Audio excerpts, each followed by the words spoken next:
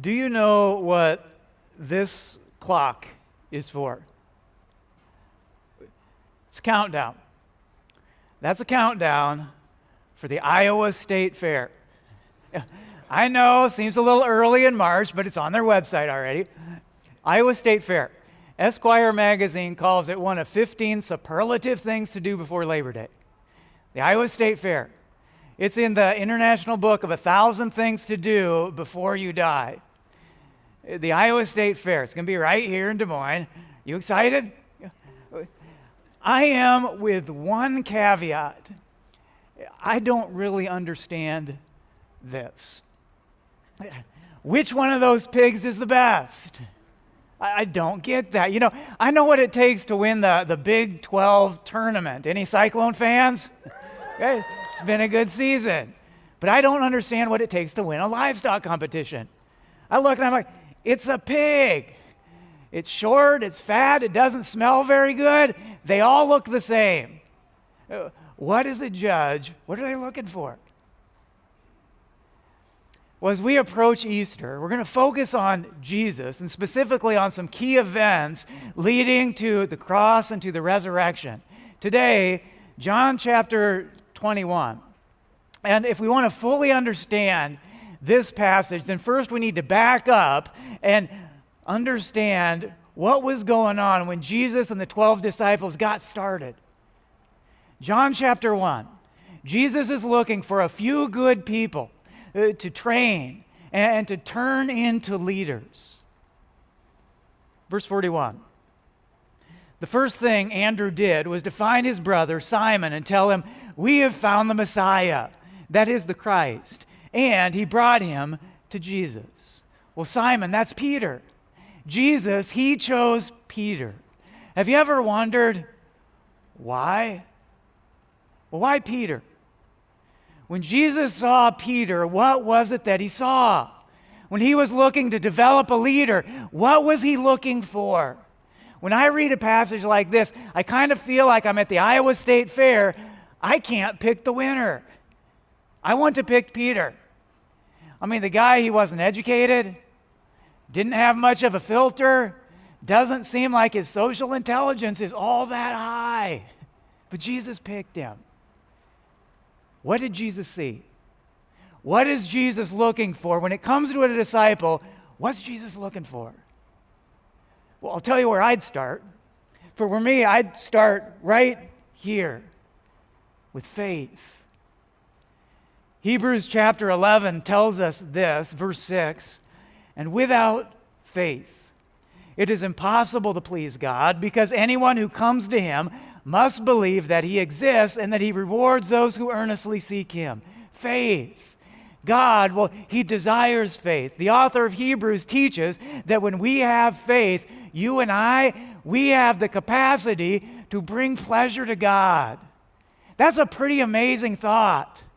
You and I, what we do in our daily life, we have the capacity to bring pleasure to the Creator of the whole works. Our faith can give him great delight. And notice, faith isn't just showing up at a church service. Faith is believing in a God that we cannot see and trusting that his way is good. Hebrews 11. "And without faith, it is impossible to please God, because anyone who comes to him must believe that he exists and that he rewards those who earnestly seek him." It doesn't say, without faith, it's highly unlikely that you're going to please God. It doesn't say that. And it doesn't say, without faith, it's improbable that you will please God. It says this, "And without faith, it is impossible to please God." Impossible. Faith. Clearly, this is a pretty important thing for God. So is this what Jesus was looking for in a disciple? Faith. Is this why Jesus, of all his options, ended up picking Peter? Well, Mark chapter 14. A man is walking on the top of the water. At first sight, the disciples freak out. They're thinking it's a ghost.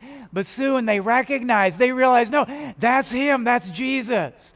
And Jesus spoke. He said this, verse 27, Jesus immediately said to them, "Take courage. It is I. Don't be afraid." "Lord, if it's you," Peter replied, "tell me to come to you on the water." "Come," he said. Jesus asked Peter to get out of that boat and to join him on top of the water. Well, Peter, he did it. He got out of that boat. He got into the water. And what happened next? Like the story where a big fish comes and swallows him? Different story. With Peter, here's what happens next. Verse 30, "But when he saw the wind, he was afraid, and beginning to sink, cried out, 'Lord, save me.'" Peter, this is the man handpicked by Jesus to be a disciple. Peter sank. You say, well, why? What happened? Verse 31. Immediately, Jesus reached out his hand and caught him. "You of little faith," he said, "why did you doubt?" Well, Peter sank because he didn't have enough faith. So, it must not be faith. When it comes to Peter, that couldn't have been the measure. All right, well, for all the options that Jesus had, why Peter? What was Jesus looking for? What does Jesus want in a disciple? If it's not faith, well, maybe it'd be something like this, wisdom. That might be my second pick. Wisdom. What's wisdom? Well, in preparation for today, I went to one of our cultural foundations for wisdom, YouTube. And one of the trending videos, I learned some things. It was this: what's the perfect guy? I watched it. According to this YouTube video, the perfect guy has just a few characteristics. 1, they're tall. 2, they're in touch with their emotions. 3, they smell really good. And the 4th one, they do yoga. Nothing in this entire video about having a job. You know, you could be 30 years old, living in your parents' basement, playing video games all day. As long as you're doing yoga, you're good. See, we live in this age where there's a lot of opinions out there. A lot of people can have a platform. A lot of people can have data or information. You know what we could really use more of? Wisdom. Wisdom. Well, how do we get that? The Bible is really clear on this one. Psalm 119 puts it this way, verse 97. "Oh, how I love your law. I meditate on it all day long. Your commands are with me, are always with me, and make me wiser than my enemies. I have more insight than all my teachers, for I meditate on your statutes. I have more understanding than the elders, for I obey your precepts." Where does wisdom come from? Is it, older and wiser? Not necessarily. Wisdom isn't something that just automatically comes with age. Wisdom is something that happens when we recognize that someone designed and created this world for a reason, with a purpose, and it works in a certain way. And when we align ourselves with the way that God has created this world, then things can go smoother for us. See, wisdom, it comes from seeking and following the way of the Lord. Wisdom isn't being clever. And wisdom, it isn't having a new angle. Wisdom is knowing God and integrating His teachings into my daily decisions, because He's the one who wired the whole thing up. He's the one who knows how it works best. Wisdom. You want wisdom? You don't have to be brilliant.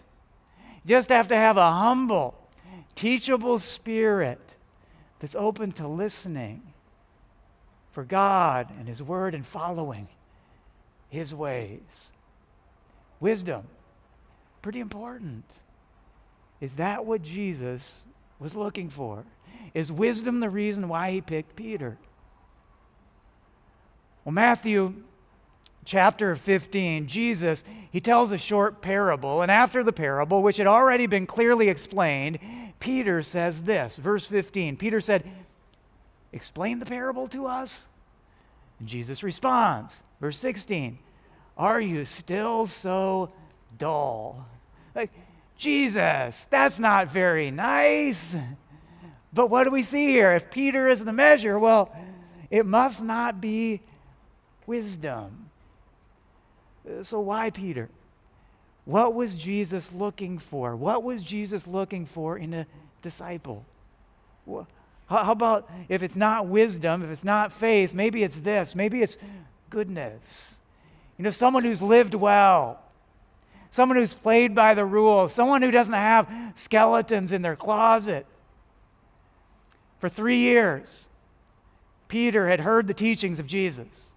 For 3 years, Peter had seen the miracles of Jesus. For 3 years, Peter, he has witnessed the power of Jesus. For 3 years, Jesus has trained him. Jesus has befriended him. Jesus has loved him. But now, on this day, Jesus was in trouble. We get to the week of Easter. And Jesus had done no wrong, committed no crime, but he had been arrested.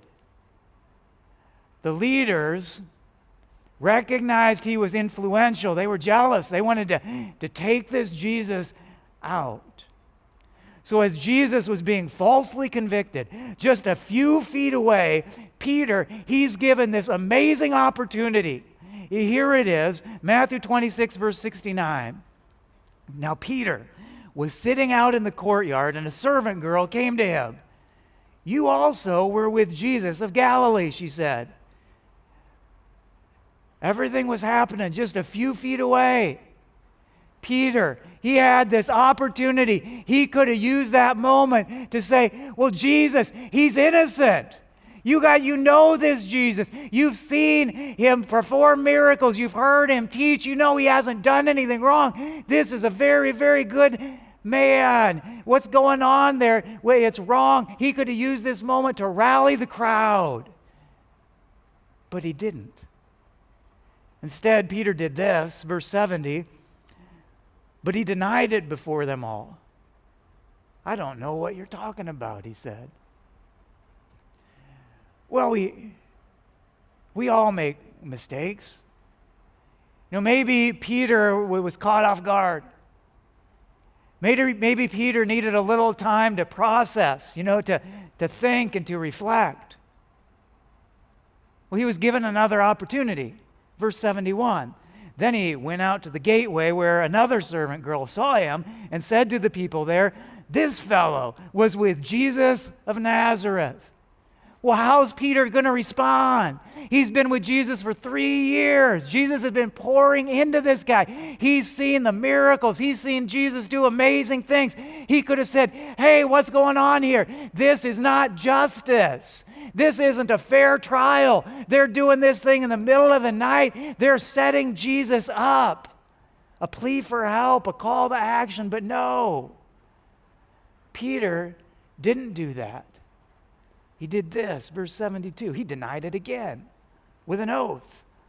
"I don't know the man."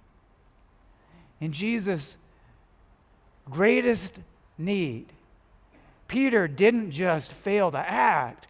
Peter swore that he didn't even know Jesus. Well, a little more time passes. Like, okay, perhaps Peter's faith has caught up with his fear. Perhaps Peter has now come to his senses. He gets a third opportunity. Verse 73, after a little while, those standing there went up to Peter and said, "Surely you are one of them. Your accent, it gives you away." This time, Peter went so far as to call down curses on himself. He said, "I don't know him. I don't know him. I don't even know the guy." Goodness? Can't be. If Peter's the measure, can't be goodness. Well, the Iowa State Fair. I've been there a lot of times, but I still don't understand the livestock competition. What does it take to win? What are the judges looking for? Maybe that's why I like this competition, the big boar, right? I mean, if I didn't enjoy meat so much, the sight of the big boar might be enough to turn me into a vegetarian. It's kind of gross, but it's clear, right? We know what it takes to win the noble title of big boar. Wait, it's going to be the biggest pig on a farm. That's who wins that title. It's clear. We understand that one. Well, how about being a disciple? Why Peter? What was Jesus looking for? What is Jesus looking for in his followers? Well, Jesus tells us. I think we're ready for John chapter 21. Peter has denied knowing Jesus 3 times. The next time that Jesus sees Peter, it's after the resurrection, he asks Peter a question. Well, what was the question? Jesus didn't ask, Peter, why did you deny me?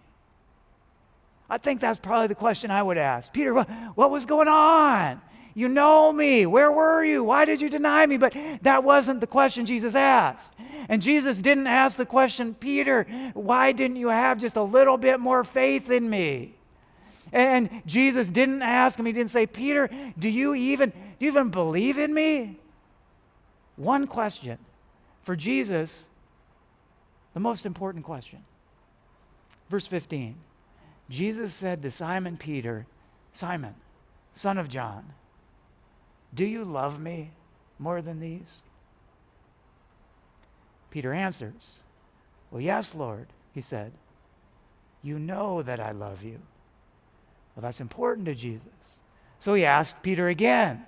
Again, Jesus said, Simon, son of John, do you love me? Peter's answer. He answered, yes, Lord, you know that I love you. And yet a third time, in verse 17, a third time, he said to him, Simon, son of John, do you love me? And Peter's answer, he said, Lord, you know all things. You know that I love you. Why 3 times? Well, 3 denials, and now 3 affirmations. What did Jesus ask for? What did Jesus desire? What is it that Jesus wants? Verse 17, Simon, son of John, do you love me? And that's not just for Peter. Matthew 22, it's referred to as the Great Commandment. Jesus, he says this. I invite you to read these words with me. Matthew 22, verse 37. Join me. Love the Lord your God with all your heart and with all your soul and with all your mind. This is the first and greatest commandment.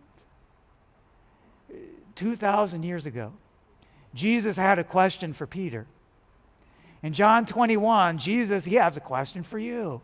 And his question, of all the things he could ask, he doesn't ask the question, it's not about faith. He doesn't say, hey, how's your faith? How's it doing? Because things are going to happen to you. You're going to have things in life that you don't understand, and things are going to happen in life that you might not like. And you're going to have to ask the question, do I still trust God?